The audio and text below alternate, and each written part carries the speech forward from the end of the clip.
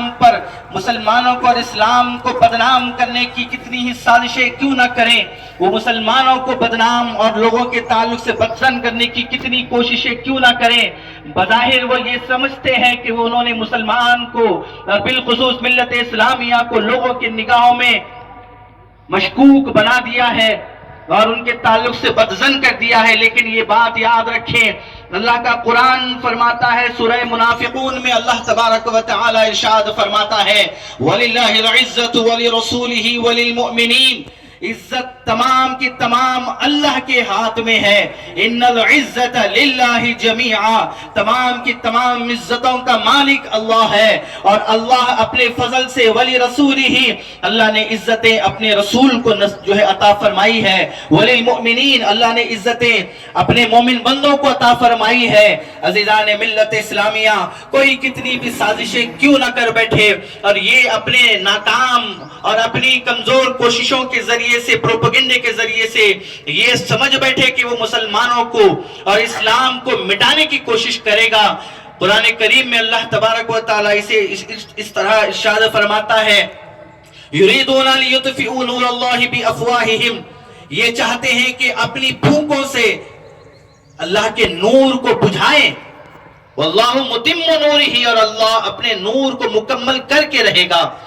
اللہ اپنے دین کو غالب کر کے رہے گا، اللہ اپنے نور کا اتمام کر کے رہے گا، وَلَوْ كَرِهَ الْكَافِرُونَ، اگرچہ کہ یہ بات منکرین کو اور دشمنان اسلام کو کتنی ناگوار کیوں نہ گزرے، یہ لوگ چاہتے ہیں کہ وہ اپنے پھونکوں سے اللہ کے نور کو بجھائیں، لیکن عزیزان محترم، پھونکوں سے یہ چراغ حق بجھایا نہ جا سکے گا۔ لوگ کتنا ہی معاشی بائیکاٹ کیوں نہ کر لیں،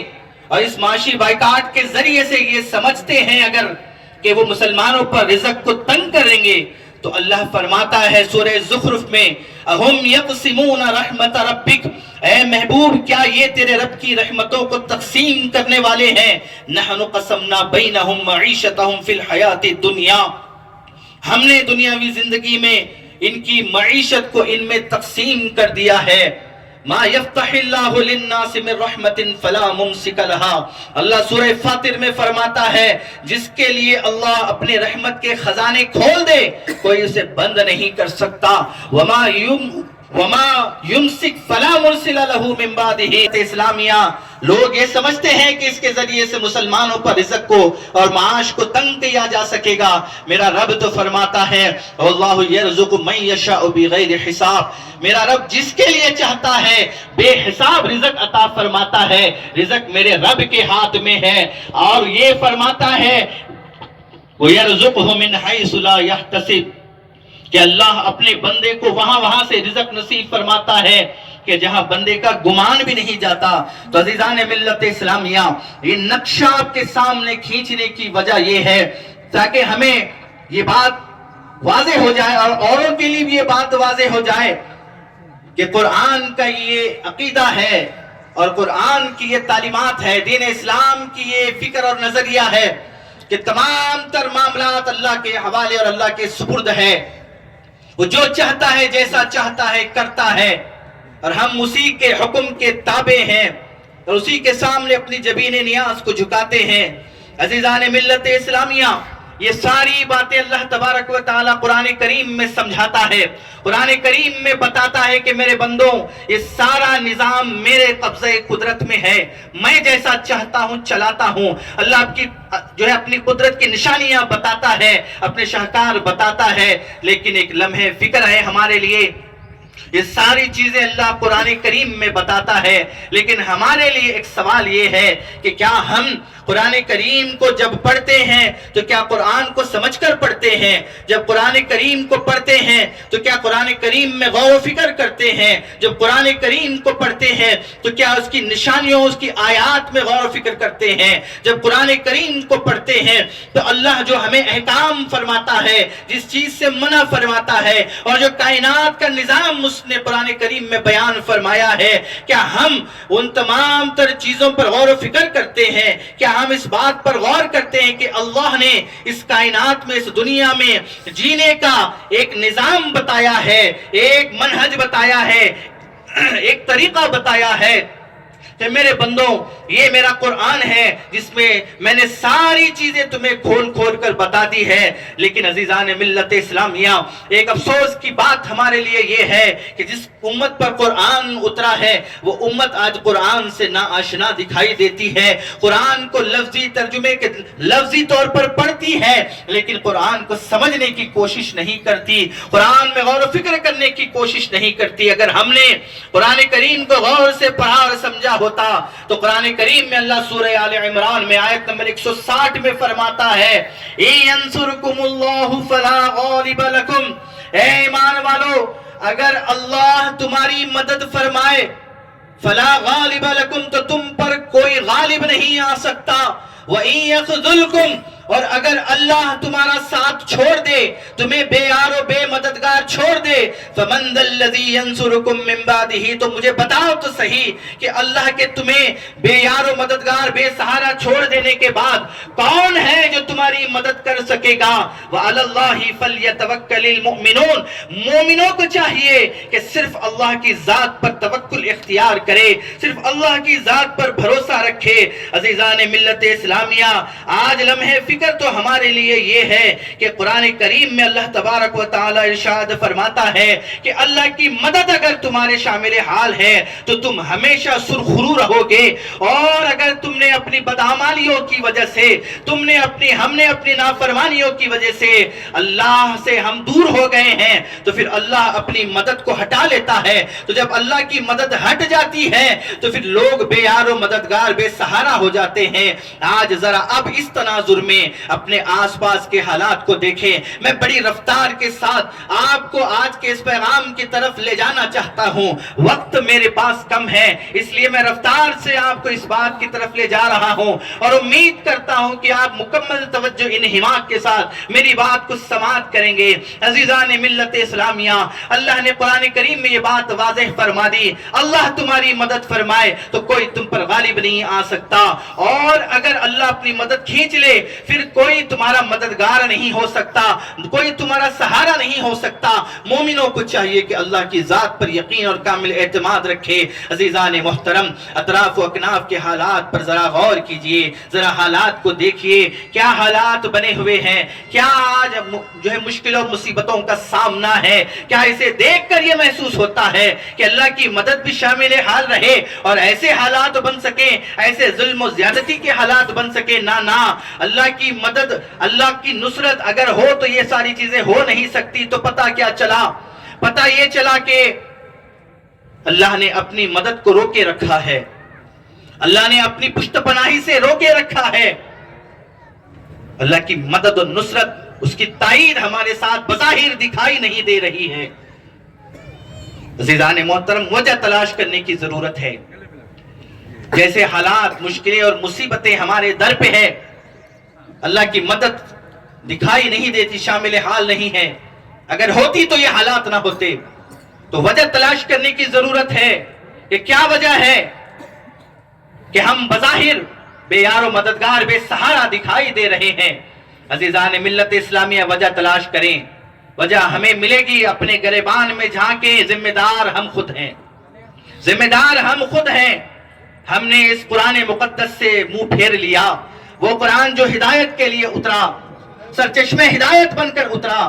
ہدایت کی واضح دلیلیں بن کر اترا، وہ قرآن کے جس سے ہم نے نصیحت پکڑنی تھی، جس سے ہم نے عبرت حاصل کرنی تھی، وہ قرآن کے جس کے روشنی میں ہمیں چلنا تھا، اپنی زندگیوں کو اس قرآن کی روشنی میں ڈھالنا، منور اور مجلہ کرنا تھا. لیکن ہم نے اس قرآن کو چھوڑ دیا، اس کی تعلیمات کو چھوڑ دیا. اللہ کے قرآن نے کہا لَقَدْ كَانَ لَكُمْ فِي رَسُولِ اللَّهِ أُسْوَةٌ حَسَنَةٌ، اے لوگو رسول اللہ کی زندگی تمہارے لیے بہترین مثال ہے. اگر زندگی جینے کا کوئی ڈھنگ، کوئی طریقہ اگر ہے تو وہ میرے نبی کی زندگی اور اسوہ ہے. لیکن کیا بات ہے کہ ہم نے اپنے نبی کی سیرت سے روگردانی کی، ہم نے اسوہ رسول سے منہ موڑ لیا، ہم نے اپنے نبی کے اخلاق و کردار سے دوری اختیار کر لی. لوگ اگر ہمارے اخلاق و کردار کو دیکھتے ہیں تو انہیں اس میں اسوہ رسول کی جھلک نہیں دکھائی دیتی، سیرت النبی کی روشنی نہیں دکھائی دیتی، اسوہ رسول کی وہ تابناکیاں نہیں دکھائی دیتی۔ کیا یہ سرکار کا اسوہ تھا،